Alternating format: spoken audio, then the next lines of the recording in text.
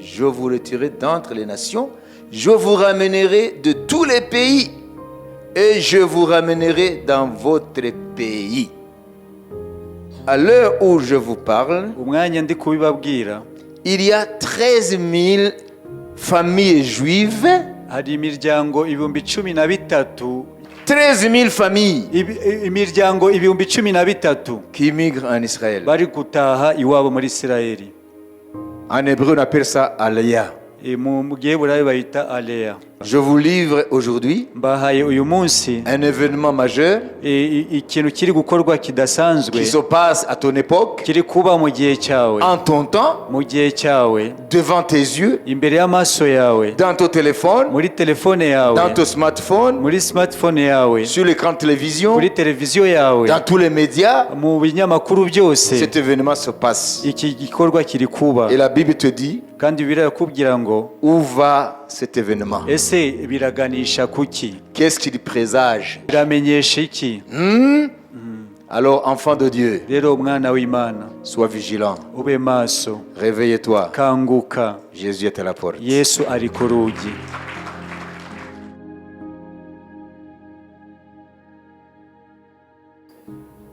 Ubuhanuzi bw'ibinyagihumbi bumaze imyaka irenga ibihumbi, bumaze ibihumbi, buri muri Bibiliya hano, burihuta gusohozwa. Mu Gifaransa, une prophétie multimillénaire qui s'accomplit. Ninde yahakana ko iri jambo atari ry'Imana? Kiretse injiji cyangwa umuntu ahanzwemo n'imyuka mibi imubuza kwizera. Alors, nous voulons vous livrer turashaka kubashikiriza une parole extraordinaire ijambo ridasanzwe qui se trouve dans nos Bibles. biri muri Bibiliya yacu. C'est une parole prophétique ni ijambo ry'ubuhanuzi multimillénaire ry'ibinyagihumbi qui se trouve dans ta Bible si tu en as une, biri muri Bibiliya yawe niba uyifite, qui s'accomplit aujourd'hui. risohoye uyu munsi, Elle a commencé à s'accomplir ryatangiye gusohozwa il y a un temps assez long, hashize igihe kirekire, mais qui s'accélère maintenant de nos jours. ariko ubu ngubu riri gusohora byihuta.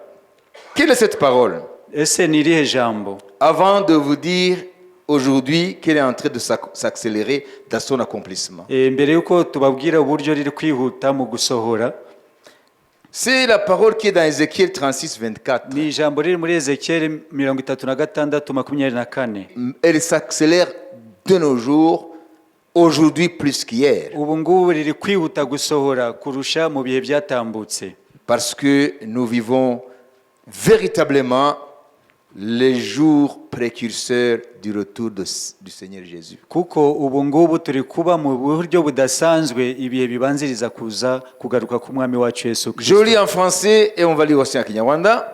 Je vous retirerai d'entre les nations. Je vous retirerai d'entre les nations.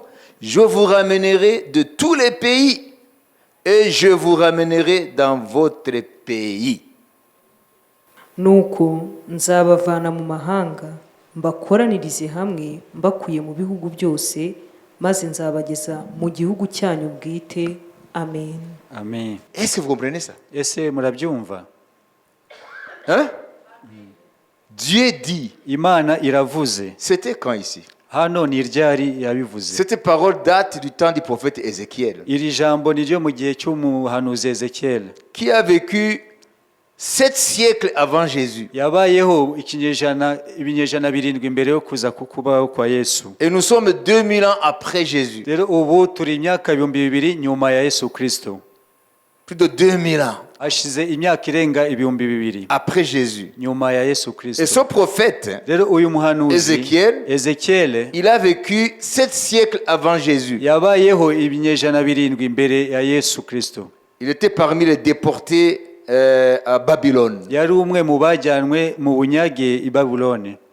Alors, il annonce rero hano aravuga que dans les temps de la fin, ko mu bihe by'iherezo Dieu va ramener les Juifs, imana izagarura abayuda pas d'un seul pays, badavuye mu gihugu kimwe gusa, comme il a ramené les Juifs de Babylone à Jérusalem ou en Judée. nk'uko yavanye abayuda i Babuloni abazana i Buyuda. C'était d'une contrée à une autre contrée. ni ukuva mu gace kamwe baza mu kandi gace. Mais il dit ici le prophète, ariko hano umuhanuzi aravuga ngo au nom de mu l'Éternel, izina ry'Uwiteka je les ramènerai nzabagarura de toutes les nations. mu mahanga yose, Je vais les tirer de toutes les nations nzabavana mu mahanga yose, et je vais les ramener dans leur propre pays. nzabagarura mu gihugu cyabo bwite. Cette prophétie a commencé ubuhanuzi bwaratangiye il y a fort longtemps, hashize igihe kirekire, mais aujourd'hui, elle s'accélère. ariko uyu munsi harimo birihuta cyane. Alors, sans tarder, rero tudatinze, à l'heure où je vous parle, muri uyu mwanya ndi kubabwira, écoutez bien, mwumve neza, à l'heure où je vous parle, umwanya ndi kubibabwira, il y a 13 000 familles juives.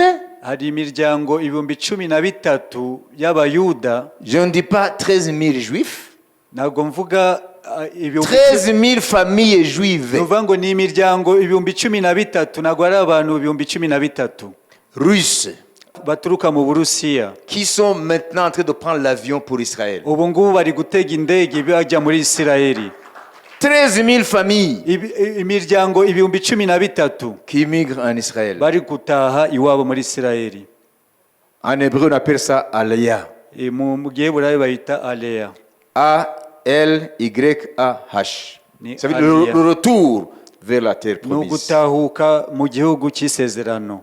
Écoutez maintenant. Mwumve noneho, Depuis la guerre d'Ukraine, uhereye mu ntambara ya Ukraine, depuis que cette guerre a commencé, kuva iyo ntambara itangiye à peu près plus d'un an, hashize umwaka, il y a 70 000 juifs abayuda 70,000 sont rentrés en Israël à partir des pays de l'Europe de l'Est. bamaze gutahuka muri Isirayeli baturuka mu Burayi bw'Uburasirazuba. Ça veut dire, vous voyez, Hongrie, etc. bya bihugu bya Pologne Hongiriya na Polonye, 70 000 juifs 70,000 depuis que la guerre d'Ukraine a éclaté. kuva intambara ya Ukraine itangira. Et aujourd'hui, on dit que uyu munsi bavuga ko depuis que la guerre a commencé, uhereye aho intambara yatangiriye, il y a 33 000 juifs hari 33,000 by'abayuda qui sont déjà rentrés en Israël bimaze gutahuka muri Isirayeli à partir de la Russie.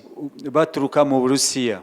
33 000 juifs 33,000 by'abayuda bakomoka mu Burusiya sont rentrés en Israël baratahutse muri Isirayeli depuis la guerre d'Ukraine. uhereye intambara ya Ukraine itangira. Maintenant, les candidats au retour, rero ubu abiteguye gutahuka, les candidats, ceux qui le demandent, abasaba gutahuka, parce qu'il faut au moins presque 8 mois devant le consulat juif pour avoir le droit de rentrer, parce qu'il faut vérifier tout ce qu'il faut pour certifier que tu es juif réellement. Tu descends des juifs. uko bitwara hafi amezi 8 kugira ngo konsila y'abayuda ikwemerere.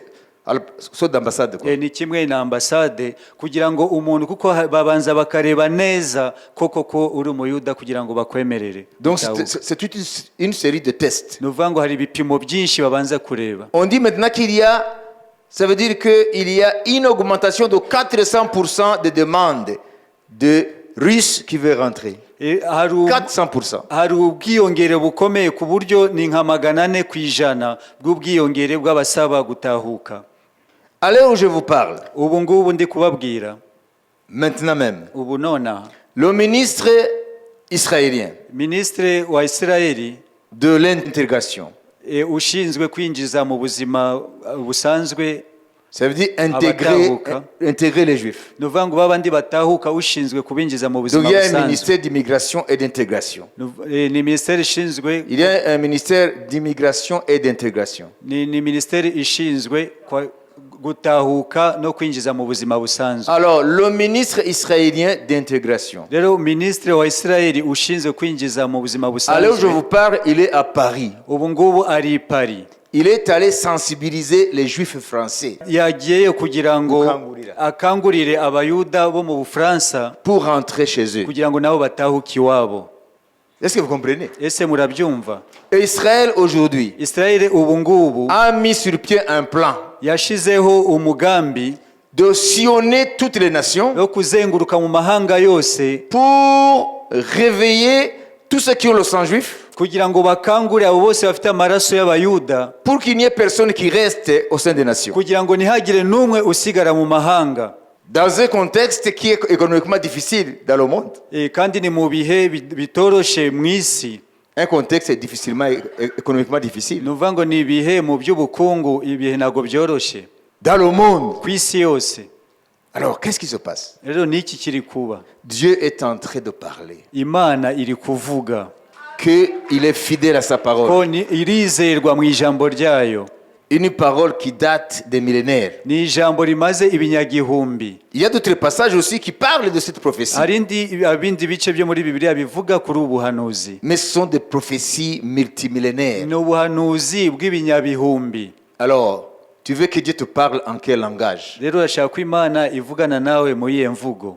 Pour que tu comprennes que les temps sont pratiquement finis. Kugira ngo usobanukirwe ko ibihe birangiye. Les temps des nations touchent à leur fin. Ibihe by'amahanga bigeze ku iherezo ryabyo. Dieu bientôt va se tourner vers Israël Imana rero vuba iraza guhindukira Isirayeli pour leur faire grâce, kugira ngo ibagirire ubuntu comme il a fait grâce aux non-juifs. nk'uko yagiriye ubuntu abatari abayuda. Bientôt la porte de la grâce va être fermée. Bivuga ngo vuba urugi rw'ubuntu ruraza gukingwa. Je vous livre aujourd'hui Mbahaye uyu munsi un événement majeur ikintu kiri gukorwa kidasanzwe qui se passe à ton époque, kiri kuba mu gihe cyawe, en ton temps, mu gihe cyawe, devant tes yeux, imbere y'amaso yawe, dans ton téléphone, muri telefone yawe, dans ton smartphone, muri smartphone yawe, sur l'écran de télévision, kuri televiziyo yawe, dans tous les médias. mu binyamakuru byose. Cet événement se passe. Iki gikorwa kiri kuba. Et la Bible te dit, Kandi birakubwira ngo où va cet événement? ese biraganisha kuki? Qu'est-ce qu'il présage? Biramenyesha iki?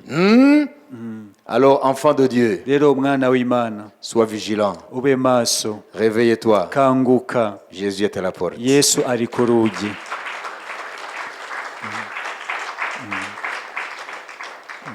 On ne parle pas des choses qui sont passées il y a des siècles. Ntabwo turi kuvuga ibintu byatambutse hashize ibinyejana. Nous te disons des choses qui se passent aujourd'hui Turi kukubwira ibintu biri kuba uyu et munsi qui se trouvent dans ta Bible. kandi biri muri Bibiliya yawe. Ça, ce n'est pas intellectuellement compréhensible. Ibi ngibi ntabwo wabyumvisha ubwenge Ce busanzwe. n'est pas le rationalisme qui va te le dire. Ntabwo ari ubwenge busanzwe buri bubikubwire. Ça, c'est l'esprit qui parle. Ni umwuka Que ubihishura. ce n'est pas l'État hébreu qui est en train d'agir. Ko atari leta y'Abaheburayo iri gukora, Ce n'est pas l'État israélien ntabwo ari leta y'Abayisirayeli dirigé par Netanyahou, iyoborwa na Netanyahu, Benjamin Netanyahou.